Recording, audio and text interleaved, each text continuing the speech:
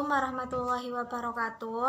Tugas ini dibuat untuk memenuhi tugas kelompok mata kuliah BK-ABK. Sebelumnya, perkenalkan, kami dari kelompok 2 akan menerangkan tentang tunadaksa dan cerebral palsy. Dengan saya sendiri, Aisyah Putri Oktaviani, NPM 132, teman saya Kana Nadira Yuliana, NPM 140, Isna Maisaro, NPM 196, dan Reza Muhammad Pradana, NPM 008.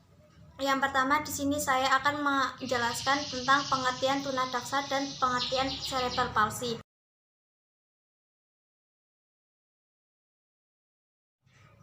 Yang pertama, pengertian tunadaksa.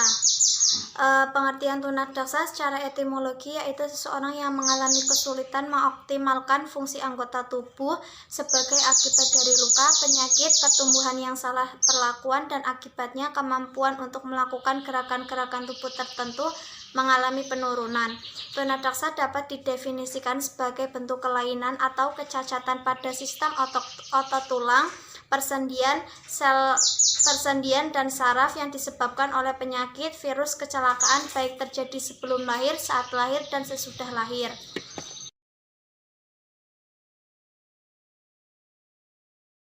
Yang kedua, pengertian cerebral palsy. Cerebral palsy sendiri merupakan suatu gangguan atau kelainan yang terjadi selama perkembangan anak yang merusak sel-sel motorik dalam susunan saraf pusat. Akibatnya, kelainan pada otak anak. Dilihat dari makna kata sesungguhnya, kata cerebral palsy terdiri dari dua, yaitu cerebral dan palsy. Kata cerebral diambil dari cerebrum yang berarti otak dan kata palsy yang berarti kekuatan. Jadi, menurut arti, kata cerebral palsy merujuk pada kekuatan yang disebabkan karena adanya gangguan yang terletak di dalam otak. Ya, setelah pembahasan tentang pengertian tunadaksa dan cerebral palsy dari bahasa tadi, selanjutnya saya akan menjelaskan tentang karakteristik atau ciri-ciri dari tunadaksa dan cerebral palsy. Nah, yang pertama saya akan bahas tentang karakteristik tunadaksa. Di sini saya akan menjelaskan 3 poin mengenai karakteristik tunadaksa. Yang pertama yaitu karakteristik akademik. Penyandang tunadaksa yang mengalami kelainan pada sistem otot dan rangka adalah normal sehingga dapat mengikuti pembelajaran sama dengan individu yang normal. Sedangkan penyandang tunadaksa yang mengalami kelainan pada cerebral, tingkat kecerdasannya bertentangan mulai dari tingkat idiot sampai dengan gifted atau cerdas. Nah, di sini tingkat kecerdasan tunadaksa yang idiot atau rendah, dia mengalami kesulitan untuk berbicara. Dia kesulitan untuk mengeluarkan kata-kata itu jadinya tidak jelas. Terus dia sulit untuk berinteraksi di kehidupan sosialnya. Dia merasa minder. Nah, yang kedua itu karakteristik sosial atau emosional. Karakteristik sosial atau emosional penyandang tunadaksa bermula dari konsep diri individu yang merasa dirinya cacat, tidak berguna, dan menjadi beban orang tua. Jadi penderita tunadaksa itu merasa dirinya itu kayak tidak penting, dia kayak merasa minder kalau beradaptasi dengan teman-temannya yang normal, dia merasa tidak bisa bersosialisasi dengan baik. Dan pasti dia itu menganggap bahwa dia itu manusia yang lemah, dia kayak merasa tidak dianggap. Ya, yang karakteristik yang terakhir yaitu fisik atau kesehatan. Karakteristik fisik atau kesehatan penyandang tunadaksa biasanya selain mengalami cacat tubuh adalah kecenderungan mengalami gangguan lain seperti sakit gigi, berkurangnya daya pendengaran, penglihatan, dan gangguan bicara. Nah, di sini selain dia cacat tubuh, tetapi kadang si penderita tunadaksa juga mengalami cacat yang lainnya seperti dia kesulitan untuk mendengar, kesulitan untuk gangguan berbicara, kesulitan untuk mengucapkan kata-katanya itu tidak jelas seperti itu. Itu gangguan lainnya selain dengan gangguan cacat. Ya, selanjutnya saya di sini akan membahas karakteristik dari atau ciri-ciri dari cerebral palsy. Pada tahu nggak ciri-ciri yang dialami penderita cerebral palsy itu apa aja? Ya, saya akan membahasnya di sini. Menurut Warner, ada beberapa tanda-tanda atau ciri-ciri awal untuk mengenali gejala penderita cerebral palsy, yaitu yang pertama, pada saat kelahiran biasanya terlihat lemas dan terkulai. Yang kedua, kadang-kadang bayi nampak membiru dan kesulitan untuk bernafas dengan benar. Yang ketiga, terlambat dalam pertumbuhan seperti mengangkat kepala, duduk, menggunakan tangan ataupun bergerak. Jadi di usianya yang seharusnya bayi sudah bisa berjalan, bisa menggerakkan tangan ataupun itu terhambat. Dia belum bisa menggerakkan tangan, dia belum bisa duduk. Yang keempat, memiliki kesulitan dalam hal menghisap, menelan, dan mengunyah. Kondisi ini menyebabkan bayi atau anak memiliki masalah dalam hal makanan dan minum. Di samping itu, biasanya bayi atau anak dengan cerebral selalu mengeluarkan air liur. Jadi di penderita cerebral ini kesulitan saat untuk menelan makanan, untuk minum, dan kebiasaan yaitu sering mengeluarkan air liur. Ya, selanjutnya karakteristik penderita cerebral palsy yang kelima yaitu badan bayi sering kaku.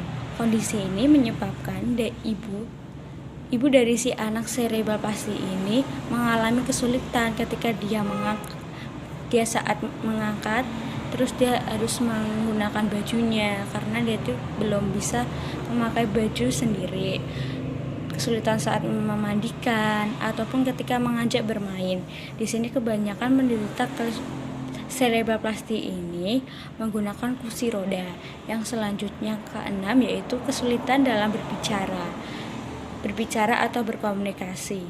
Anak cerebral palsy ini biasanya terlambat dalam berbicara atau tidak jelas dalam mengucapkan kalimat atau kata. Nah, disebut ini si anak cerebral palsy ini ketika berbicara itu mengalami kesulitan, seperti dia itu lafal kata-katanya itu tidak jelas. Yang selanjutnya, yang ketujuh, anak cerebral palsy biasanya juga memiliki masalah terhadap intelijensinya. Hanya 25% kasus yang mempunyai intelijensi rata-rata normal, sedangkan 30% kasus menunjukkan IQ di bawah 70. Ya, sekian dari saya pembahasan dari karakteristik atau ciri-ciri dari tunadaksa dan cerebral palsy. C. Penyebab dari tunadaksa dan cerebral palsy. Yang pertama yaitu penyebab dari tunadaksa. Penyebab dari tunadaksa itu ada dua. Yang pertama ada sebelum kelahiran, yaitu kelainan fungsi anggota tubuh yang terjadi sebelum bayi lahir atau ketika dalam kandungan, pada umumnya disebabkan oleh faktor genetik dan kerusakan pada sistem saraf pusat. Sedangkan faktor yang menyebabkan kelainan selama dalam kandungan adalah anoksia prenatal, penyakit anemia, kondisi jantung yang gawat, shock, percobaan aborsi, gangguan metabolisme pada ibu, dan faktor resus. Yang kedua yaitu setelah kelahiran. Keterbatasan fisik yang disebabkan setelah lahir umumnya disebabkan karena faktor penyakit seperti meningitis, ensefalitis, influenza, difteri, pertusis, dan lain sebagainya. Penyebab dari cerebral palsy, yaitu penelitian terkini menunjukkan bahwa sebagian besar cerebral palsy dihasilkan dari perkembangan otak yang abnormal atau kerusakan otak pada saat melahirkan. Selain itu, kecelakaan, kekerasan, malpraktek, kelainan, infeksi, atau cedera juga diketahui menjadi penyebab yang menyebabkan terjadinya cerebral palsy. Cerebral palsy bukanlah sebuah penyakit yang mengancam jiwa, melainkan sebuah kondisi, kecuali anak yang terlahir dengan kasus yang sangat parah. Assalamualaikum warahmatullahi wabarakatuh. Di sini saya Reza Muhammad Prananda ingin melanjutkan presentasi dari kelompok kami. D. Kita sampai di poin D, yaitu dampak dari tunadaksa dan cerebral palsy. A. Dampak pada emosional dan emosi anak tunadaksa. Anak tunadaksa cenderung merasa malu, rendah diri, dan sensitif, memisahkan diri dari lingkungan. Karakteristik sosial atau emosional anak tunadaksa bermula dari konsep diri anak yang merasa dirinya cacat, tidak berguna, dan menjadi beban orang lain yang mengakibatkan mereka malas belajar, bermain, dan berperilaku salah lainnya. B. Keterbatasan yang dimiliki penyandang tunadaksa dapat mempengaruhi kondisi psikologisnya. Keterbatasan tunadaksa didiskriminasi dan akhirnya merasa tertekan. C. Faktor lingkungan sosial yang dialami oleh anak tunadaksa juga mempengaruhi konsep dirinya sebagai makhluk sosial. Baik, kita lanjut. Dampak pada cerebral palsy. A. Dampak sosial pada sosial dan pekerjaan. Dalam penelitian Russo, Godwin, Miller, Han, Komel, dan Crotty yang berjudul Self-Esteem, Self-Concept, and Quality Life in Children with Hemiplegic Cerebral Palsy menunjukkan hasil bahwa anak-anak cerebral palsy memiliki harga diri, konsep diri, dan kualitas hidup yang lebih rendah dibandingkan dengan teman-teman sebayanya yang normal. B. Dampak pada emosional. Ketika remaja cerebral palsy tidak mampu memenuhi kebutuhan psikologisnya, maka muncul sikap rendah diri, cemas, dan agresif. Baik, demikian presentasi dari kelompok kami. Jika ada salah kata, kami minta maaf. Waalaikumsalam warahmatullahi wabarakatuh.